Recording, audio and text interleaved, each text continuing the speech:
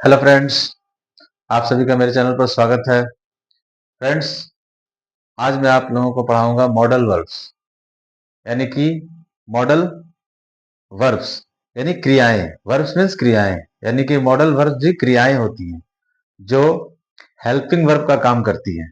किसी सेंटेंस में helping verb का काम करती है, यानी ऑक्सिलरीज का काम करती है। हेल्पिंग वर्ब को ऑक्सिलरीज बोला जाता है। और जो किसी सेंटेंस में मेन वर्ब यानी मुख्य क्रिया की सहायता करते हैं। ठीक है, जैसे मैं एक सेंटेंस आपको बोलता हूं, मैं पढ़ता हूं, आई रीड। लेकिन अगर मैं बोलूं कि आई कैन रीड, तो इसका मीनिंग हो जाएगा मैं पढ़ सकता हूं। तो यहाँ पर इसका मीनिंग चेंज हो जाएगा। ठीक है, क्योंकि यहाँ पर कैन का मीन्स हो गया सकना, और रीड जो है मेन वर्ब है। कैन हो गया हेल्पिंग वर्ब और रीड हो गया मेन वर्ब।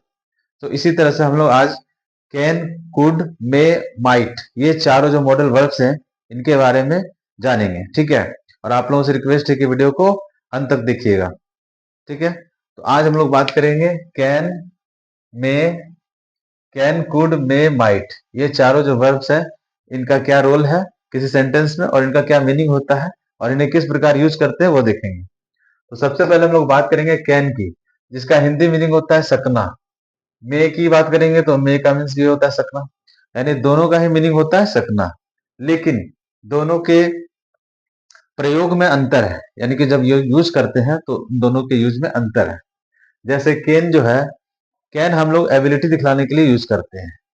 जैसे मैं इस काम को कर सकता हूं, मैं इस काम को कर सकता हूं।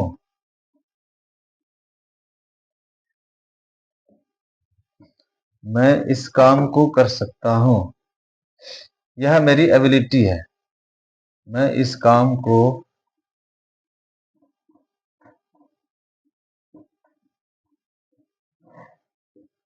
कर सकता हूं, मैं इस काम को कर सकता हूं, तो ये मेरी एबिलिटी है। तो इसे हम लोग बनाएंगे I can do this work. I can do this work, यानी यहाँ कैन जो है हेल्पिंग वर्ब है। ठीक है, कैन क्या है, हेल्पिंग वर्ब है, और मेन वर्ब जो है ये डू है। ठीक है, और ये दिस वर्क जो है ये अदर वर्ड है, यानी कि ऑब्जेक्ट भी आप कह सकते हैं, है ना। और ये आई जो है सब्जेक्ट हो गया। तो I can do this work, मैं इस काम को कर सकता हूँ, ये कैन जो है ये हेल्पिंग वर्ब है। तो इसी तरह से इसका यूज किया जाता है। आइए अब हम लोग इसको विस्तार से समझेंगे, और इसका जो यूज है वो एबिलिटी को दिखलाता है। ठीक है, एबिलिटी, जैसे मैं दो मैं 200 किलो वजन उठा सकता हूँ। तो इसका जो स्ट्रक्चर होता है, subject plus can plus V1 plus other word. ठीक है, तो सब्जेक्ट हो गया, जैसे I can lift. Lift means उठाना, लिफ्ट मीन्स उठाना। I can lift 200 kgs weight, भार। मैं 200 किलो भार उठा सकता हूँ। I can lift 200 kgs weight, मैं 200 किलो भार उठा सकता हूँ। तो यह मेरी क्षमता है। दिस इज द एबिलिटी, यह मेरी शारीरिक क्षमता है। तो मैं मानसिक क्षमता भी हो सकती है, जैसे I can speak English, I can speak English, I can speak English. तो ये मेरी क्षमता है, एबिलिटी है। ठीक है, और आप इससे परमिशन भी ले सकते हैं। तो उसका स्ट्रक्चर हो जाएगा, कैन को आपको पहले लाना होगा, can I use your pen, can I use your pen, last में क्वेश्चन मार्क। ठीक है, can I use your pen, क्या मैं आपकी पेन, आपकी कलम यूज कर सकता हूँ। लेकिन ये फॉर्मल नहीं है, फॉर्मल जो होता है वो मे होता है। ठीक है, आप किसी दफ्तर में, ऑफिस में जाएंगे, स्कूल में जाएंगे, सर से आप जब परमिशन लेंगे, तो इसका कैन का जो यूज है वो फॉर्मल नहीं है, इनफॉर्मल है। लेकिन मे जो होता है वो फॉर्मल होता है। ठीक है, अगर आप अपने दोस्तों से, अपने घर में, परिवार में, फैमिली में अगर आप कैन का यूज कर रहे हैं परमिशन के लिए तो आप कर सकते हैं। लेकिन अगर आप अ, अ, किसी ऐसी जगह पे जा रहे हैं, अनजान जगह पर, जहां आप किसी को नहीं जानते हैं और आपको उनसे परमिशन लेना है, तो आपको मे का यूज करना होगा। मे I come in sir, question mark. May I come in sir, क्या मैं अंदर आ सकता हूं? सर, क्या मैं अंदर आ सकता हूं?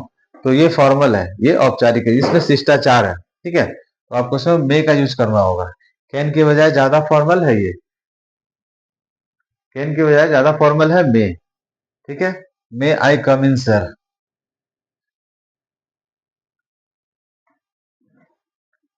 मे I use your pen, question mark. Starting में अगर आप मे देते हैं तो ये आप क्वेश्चन कर रहे हैं।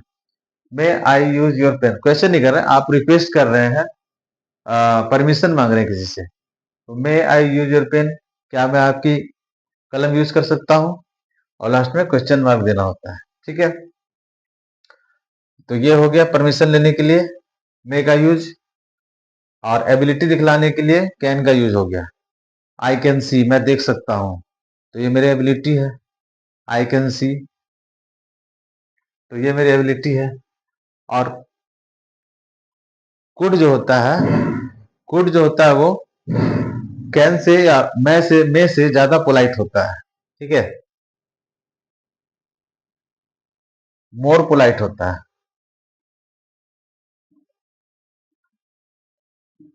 मोर पोलाइट यानी कि ज्यादा पोलाइट होता है कुड। ठीक है,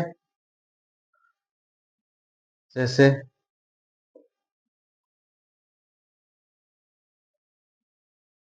could I use your laptop, could I use your laptop, क्या मैं आपकी लैपटॉप यूज कर सकता हूं? तो इसमें जो पोलाइटनेस है वो ज्यादा है। आइए अब कुछ और सेंटेंसेस हम लोग देखते हैं फ्रेंड्स।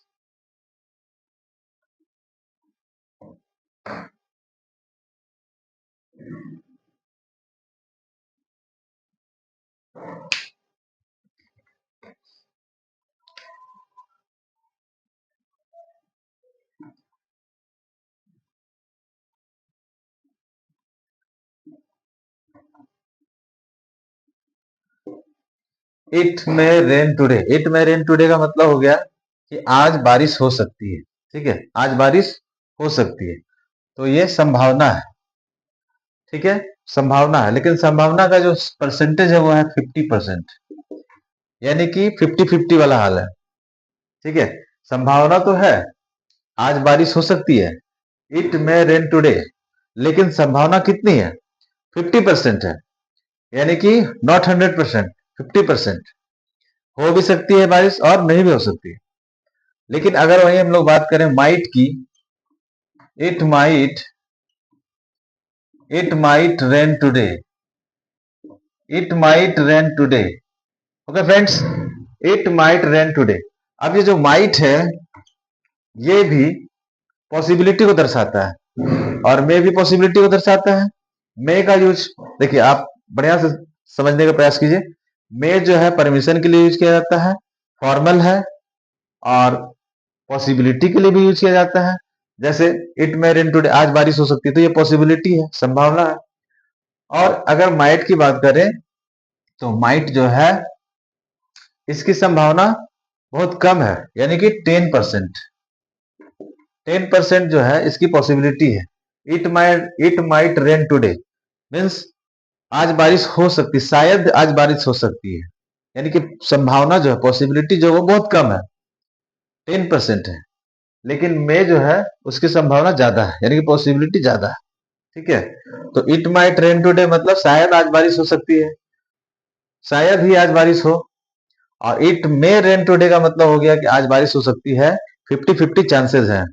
ओके, तो ये अंतर है, डिफरेंस है मे और माइट में। जैसे एक सेंटेंस हम लोग और लेंगे फ्रेंड्स।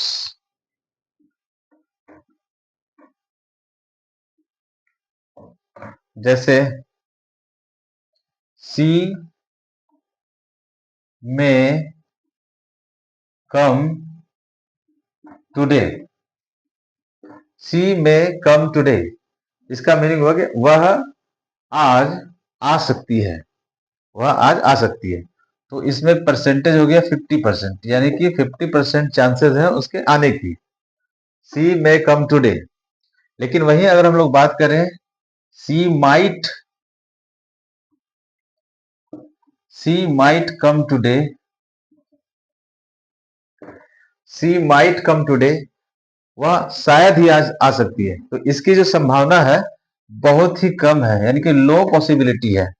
इसकी पॉसिबिलिटी थोड़ी ज्यादा है मे की, और इसकी पॉसिबिलिटी कम है। ठीक है। और कैन तो मैंने आपको बता ही दिया, कैन जो है एबिलिटी के लिए यूज किया जाता है। और कोई भी मॉडल वर्ब्स जो है ये सभी ऑक्सिलरीज है, यानी कि हेल्पिंग वर्ब का काम करती है। ये मेन वर्ब के साथ यूज की जाती है। देखिए मेन वर्ब यानी first form, main verb, verb का फर्स्ट फॉर्म हो गया मेन वर्ब। ठीक है। तो सबसे पहले सब्जेक्ट, फिर कैन, ये हेल्पिंग वर्ब है कैन, और ये V1, इसके साथ V1 का यूज किया जाता है। जब भी आप यूज करेंगे मॉडल वर्ब्स का तो मेन वर्ब जो लगेगा वो फर्स्ट फॉर्म लगेगा। और ये हो गया अदर वर्ड। ठीक है। और अगर आप किसी से परमिशन मांगते हैं तो आपको मे को या कैन को पहले रखना होगा, उसके बाद सब्जेक्ट, उसके बाद मेन वर्ब, उसके बाद अदर वर्ड। ठीक है। जैसे कैन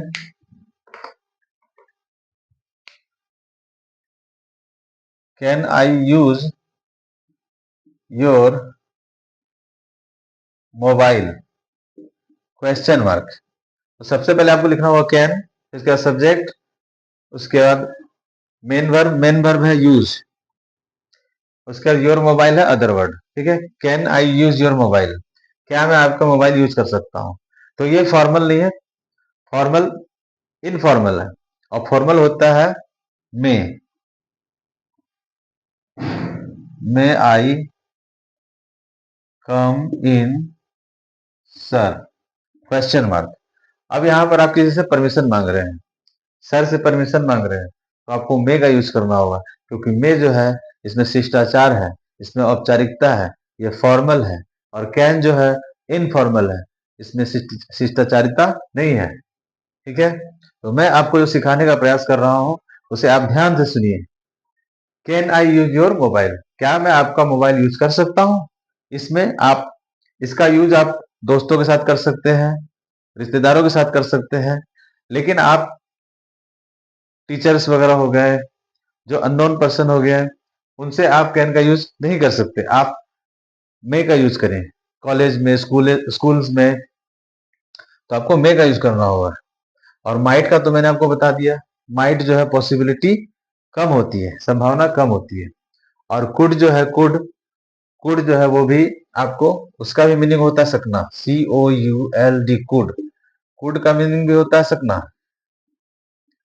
जैसे सी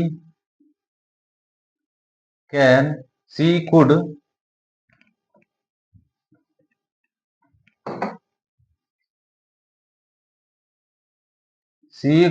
पास the exam, she could pass the exam, वह एग्जाम पास कर सकती थी लेकिन वह नहीं की। She could pass the exam. और इसमें ये आपको पास्ट की बात कर रहा है, पास्ट की बात कर रहा है कि वह परीक्षा पास कर सकती थी लेकिन नहीं कर पाई। तो सी कुड पास द एग्जाम, इसमें भी क्या है, ये संभावना है, पॉसिबिलिटी बता रहा है पास्ट की।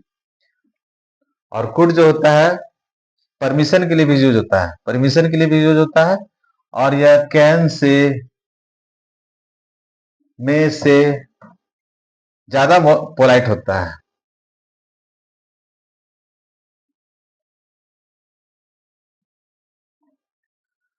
Could you lend me some money, question mark, could you lend me some money, इसका मीनिंग हुआ कि क्या तुम मुझे कुछ रुपए उधार दे सकते हो।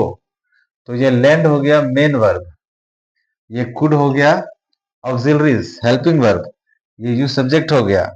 ठीक है, क्या तुम मुझे, could you lend me some money, क्या तुम मुझे कुछ रुपए उधार दे सकते हो। तो यहाँ पर कुड जो है ये पोलाइट रिक्वेस्ट का काम कर रहा है।